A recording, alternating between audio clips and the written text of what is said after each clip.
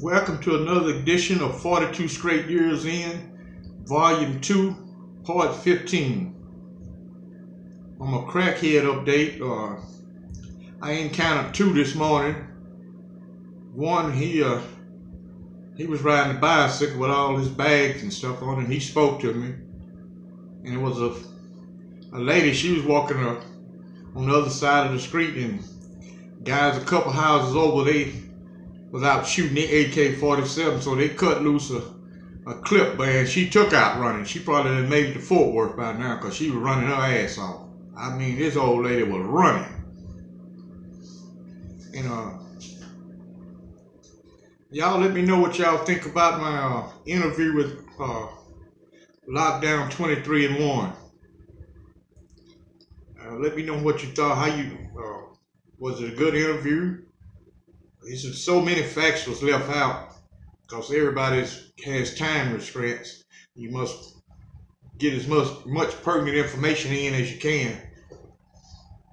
Okay, we're gonna wait a minute. Get your shanks out and let's get ready to ride, y'all. Let's ride. We're gonna head over to the Pulaski unit. The home of Texas Death Row. We had lived on this cell block, a lot of young guys. Maybe five of us live on this cell block who are not gang members. Everybody is a member of some organization. Yeah, I had this old school guy. He was from Dallas. And when he first came over on the cell block, he was looking at how many youngsters was over there. And he telling me, he said, man, I'm going to fuck the hell out of these youngsters here, man. I said, man, all these guys is a member of something. They tell their homeboys, you disrespected them, you on your own, man. They're going to beat the hell out of you if they don't kill you. So, he got plenty of money. His family got money. And he got visits all the time, so he kept cash money. I'd make big money off this guy. He buy weed and cigarettes for me all the fucking time. I make a lot of money off of him. So, had this little young Crip guy. I'd always see him talking to him. Later, when they would call chow, he would get one of the females in the picket to open his cell door, and the little Crip dude would go in the cell with him. Now, all the time, he been fucking this guy. He go back around his homeboys, throwing up his C's and doing his little gang shit and out there boxing and all that shit, but he getting fucked. I don't know what happened between them, or if he thought maybe his homeboys was getting curious on why all of a sudden he coming up with cigarettes and weed. He stayed smoking blunts all day in the day room, got cigarettes all the fucking time, got all type of nice brand new tennis shoes and shit, but he ain't got money. How's he coming up with this shit? So maybe he got afraid that his homeboy's gonna find out, and he threw the old school under the bus. He went and told them that the old school was disrespecting him. So I look around, I come in from work, I can look at the body language, I can look at where guys are standing in the day room, I can about figure out if something has already happened or is going to happen. So they kind of had a policy. They didn't fuck with no old school. They let an old school touch another old school up. The youngsters, they wouldn't jump no old school. If you got jumped on that cell block, you was going to be kind of a younger guy. So they came to me and said, hey man, this school disrespected my homeboy.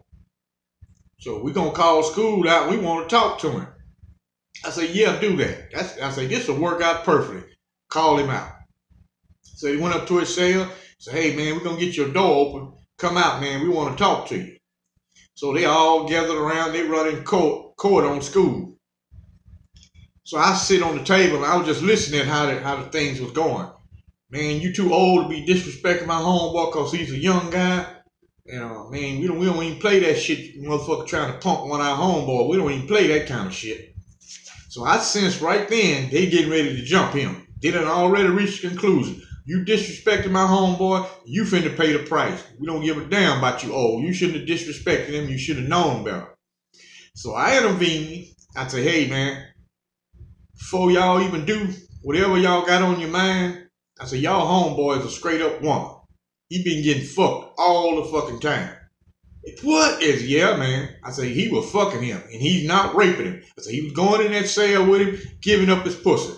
I say, now he coming telling Crips that he was disrespected. I said, he wasn't disrespected. He was fucked.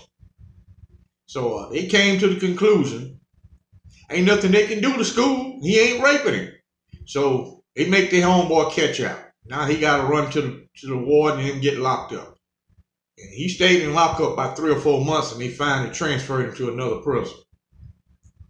And school kept up his same routine, but not on that cell block. You know, he was done there. Anytime they'd see him talking to a youngster, all eyes was on him. So eventually he moved to another cell block, take his program to another part of the prison. All right, I have a story here on a guy. He was housed at the Wind Unit. It's located in Huntsville, Texas. It's a big industrial prison. His name is Gregg Kelley. And on Wednesday, Gregg Kelley left the 26th District Court an innocent man. After 3 years in prison for a crime he didn't commit, a former Leander football star, Gregg Kelley, is now fully exonerated. A jury convicted him of sexual assaulting a child 5 years ago, but when new evidence and alternate suspects emerged, prosecutors took another look at the case. I've been dreaming of this day. It feels like the past 6 years have been a nightmare for me, said Kelley. The Texas Court of Criminal Appeals overturned his conviction, and District Judge Donna King's approval was the last step Wednesday. I've been exposed to the justice system and the flaws in it. I knew the power of politics could get involved, and that's one thing that I feared the most. Somebody that was going to get their hand in this that would stop me from going home, said Kelley. District Attorney Sean Dick agreed to relook at the case when he was elected, but he's disappointed they could not find the guilty party. Unfortunately, we weren't able to get to the ultimate answer to what happened to that child, and so this process wasn't ever going to reveal that, said Dick. Kelley, for his part, has called for the resignation of Cedar Park Police Chief Sean Manick, who oversaw the officers who originally investigated and made the arrest. Kelley said he plans on marrying his fiancée in January, trying to play football again, and getting involved in the prison seminary program in the days ahead. Kelley's attorney plans to pursue compensation for Kelley under the Wrongful Incarceration Act. Now, in the state of Texas, if you are found wrongfully convicted, the state awards you $80,000 per year and an annuity. Also, they pay for 4-year college if you want to attend college. Now, can you imagine being in, even though he wasn't locked up a couple of years, but still that's a couple of years took out of your life, and you shouldn't be in a fucking prison for a crime you didn't commit. You know, contrary to what people believe, most inmates do not say they are not guilty. Most of them complain about the sufficiency of the evidence, that the state did not actually prove their case, and that their lawyer was ineffective because he didn't put up the right defense or call a certain witness, or the cops set him up. But the very few of them complain about they're actually not guilty. The few guys who I've seen who say they're not guilty, ultimately it get proven that these guys were wrongfully convicted. Most guys, brag on their crime. You see our guys all the time talk about this drug deal they made, or this person they shot in this robbery. Or now the sex offenders never talk about raping. That's a no-no. But a lot of sex offenders in Texas prison, they will not say they're in prison for sexual assault.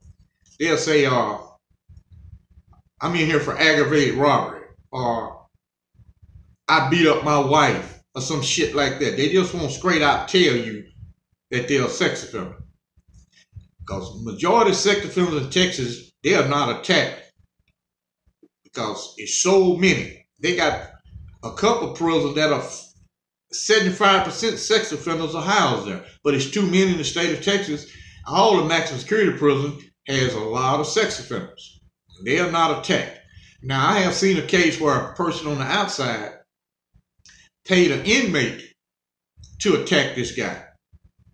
Because once at the East Ham unit, it's at breakfast time, and this when they had the inmate guards.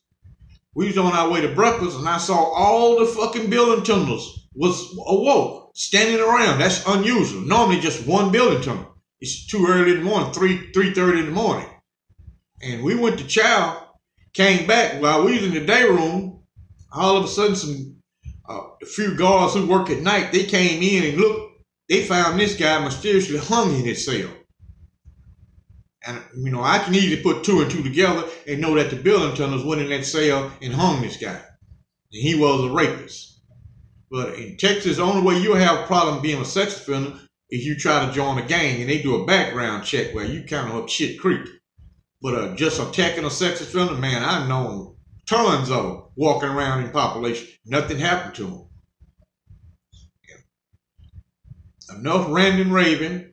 I got to get this video uploaded. Finally, I got my Wi-Fi working right. Y'all like and subscribe. And I thank you for watching. Have a good day.